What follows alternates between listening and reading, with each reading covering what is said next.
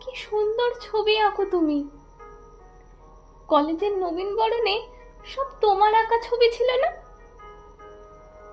জানলার গ্রিল বেয়ে পূর্ণিমা রাতে সেই নিশুতি কুসুম, কিংবা সেই তামাটে গায়ে মেয়েটা একলা নদীর পাড়ে বসে কান্না ভেজা মুখটা। আর জানো, ওই ছবিটাও আমার ভীষণ প্রিয়। লাল নীল সুতোয় বাঁধা জীবন শলাকা।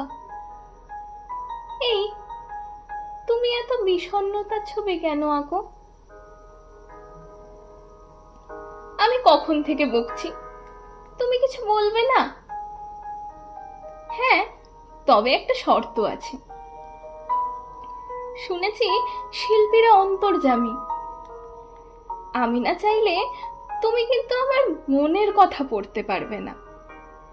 আর আমি না থাকলে অমনি আমার ব্যাগটি খুলে আমার ডায়েরি পড়া, ওটি চলবে না। ব্যাস, এইটুকুই। বারে, অন্যের জিনিস না বলে হাত দিতে নেই, তোমার মা বাবা বুঝি বলেনি কখনো?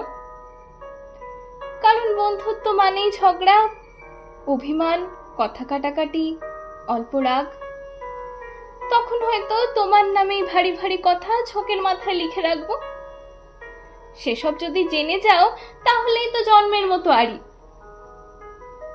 আর হ্যাঁ, বন্ধুত্ব হয়ে গেলে আমি কিন্তু তোমাকে তুই করেও বলতে পারি। আর একটু আত্র না হয় মন ভালো করা ছবিও আঁকবে, ভালোবাসার, প্রেমের, বন্ধুত্বের। রাজি থাকো তো বলো, এক্ষুনি বন্ধু বানিয়ে ফেলি।